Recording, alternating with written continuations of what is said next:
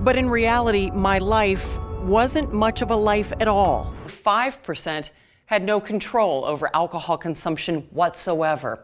And that left scientists scratching their heads. There was simply no scientific explanation.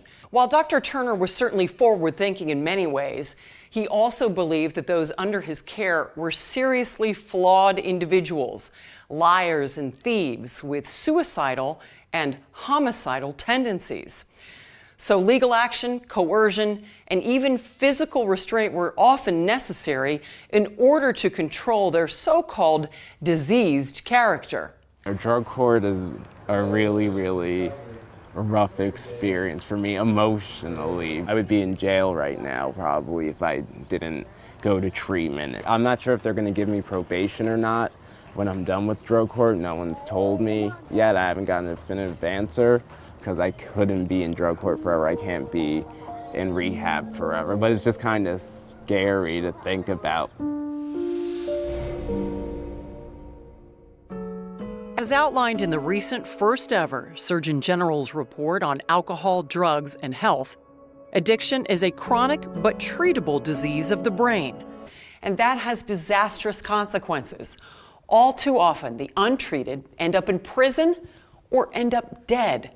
Can you imagine if we treated people with diabetes or breast cancer this way? Neither can I. Why do you think there is still stigma attached to this disease?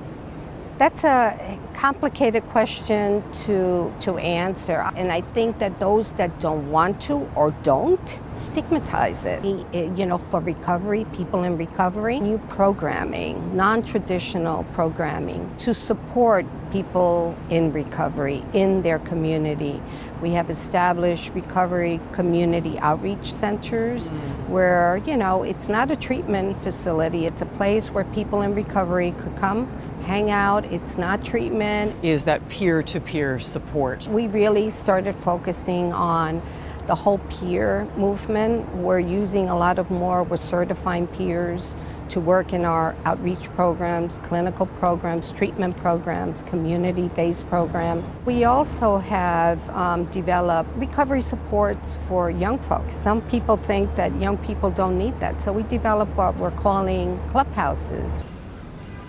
This is a 3-quarter house that I live in. There's about 8 people together living in this house and everything. And we have a little board over here where everyone writes their names. You check in and you check out. It has NA telephone, so that way everyone knows at least where there's one meeting you can go to. And now, with a renewed commitment to recovery, is doing everything possible to get her daughter back. Alexis has taken parenting classes, submits to weekly random drug testing, and works 2 jobs to put some money aside for a future that will hopefully reunite her with Kayla. My group is like my second family.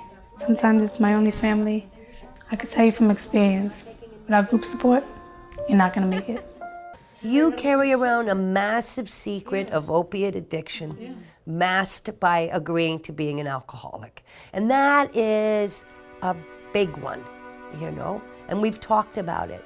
You know, you need to be a woman and you need to recover. You need to get off of that stuff. I just feel like I'm being punished. I know you do. Unfortunately, it's a consequence to a relapse. And, you know, we hear of little consequences and we hear of big consequences. We hear of death because of relapses. This is just another consequence and it just makes it worse. You know, it can layer on the guilt. And that's what you're doing. You picked up your big girl panties and you've been keeping it moving. Addiction is a very lonely disease.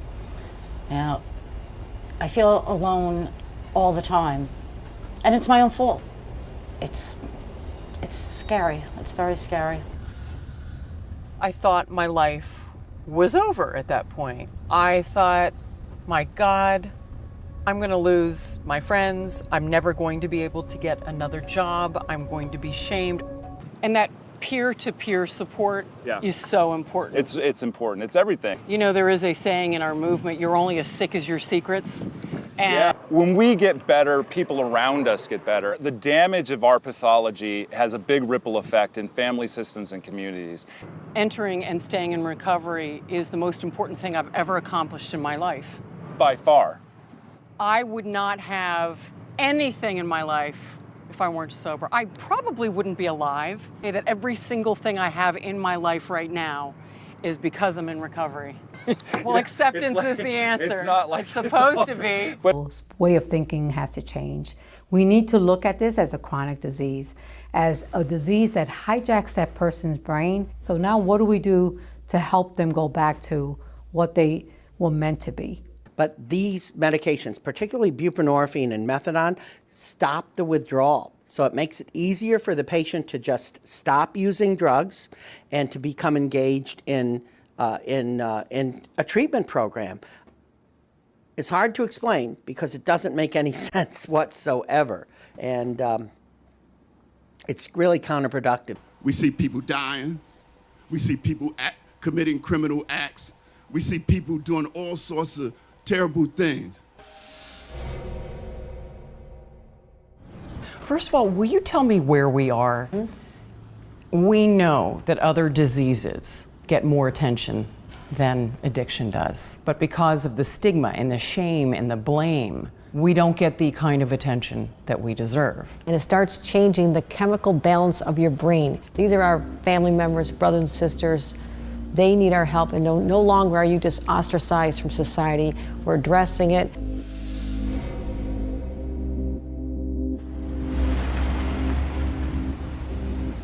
Hi everyone, how are we doing? It changed the way I saw myself and what a life in recovery is all about. All right, perfect. Look towards me a little bit more. Yeah, perfect. Beautiful. Look down at the ground. Look back up. Perfect. Like, I feel like we're on the culmination of something much bigger, and this is a piece of that. This is going to nudge us a little bit further and a little bit further, and we're on the verge of really exploding into what we're supposed to be. And what we're supposed to be is a whole new belief system, and not just how do we help people overcome addiction. I started running, I started jogging, and as any addict would tell you, I got completely obsessed with running. We have to get them away from their people, places, and things. We have to get them away from the people they use with. We have to get the old behaviors and put new behaviors in, positive thinking. We have here a recovery living room that people that use drugs can hang here all day. They can play pool, they can play ping pong. We have talent shows, we have art. In other words, keeping them busy all the time, having them wrapped up with recovery coaches. I see the sun. I could work and accept the problems and the issues that are handed to me. Remember, Turner believed that addiction was a curable disease of the brain, but he also believed that those who suffered from addiction were inherently flawed individuals. So where does that leave the person who was struggling with the addiction? Well, if you were unable to maintain your sobriety, you could be characterized as an incorrigible or even diagnosed as insane. A doctor might even recommend to your family that you be transferred to a lunatic asylum or a prison, essentially criminalizing addiction. Well, a century and a half later, over 2 million people languish behind bars in this country. But here we are applying a 19th century mindset in the 21st century. I had to embrace recovery. I had to surrender. I had to become humble. I had to become patient. I had to figure out what my character defects was. Why did I use drugs? You know, I had to start to find out, seek out, and associate myself with people who were winning in the recovery process. And when I found these people, I asked the question, how did you do it?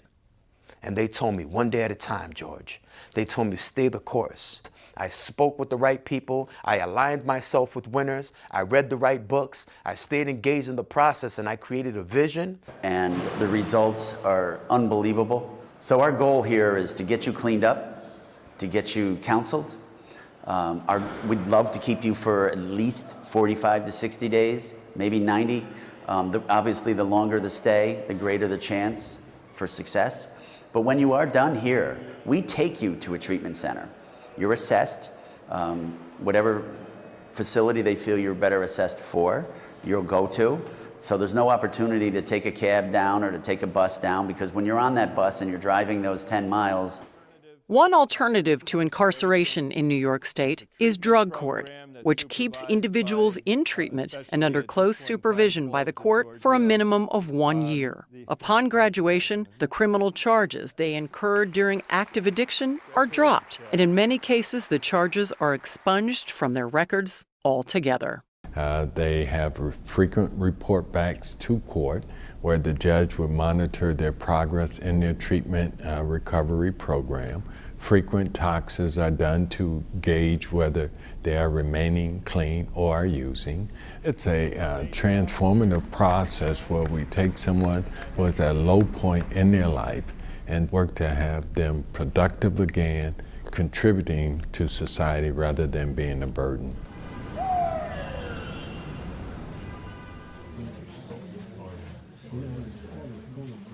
I'm nervous, man. Oh, okay. You see the teleprompter out there? Yeah, yeah.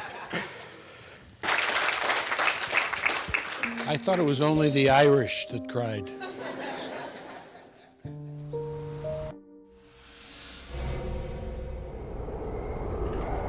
You think like you have a whole big support system.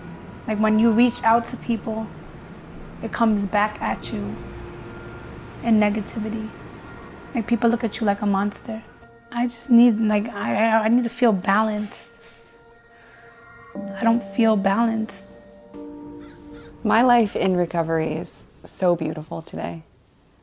It's been almost 10 years now, and every day I get to wake up and be happy, and I have a sense of fulfillment and peace that I never knew before.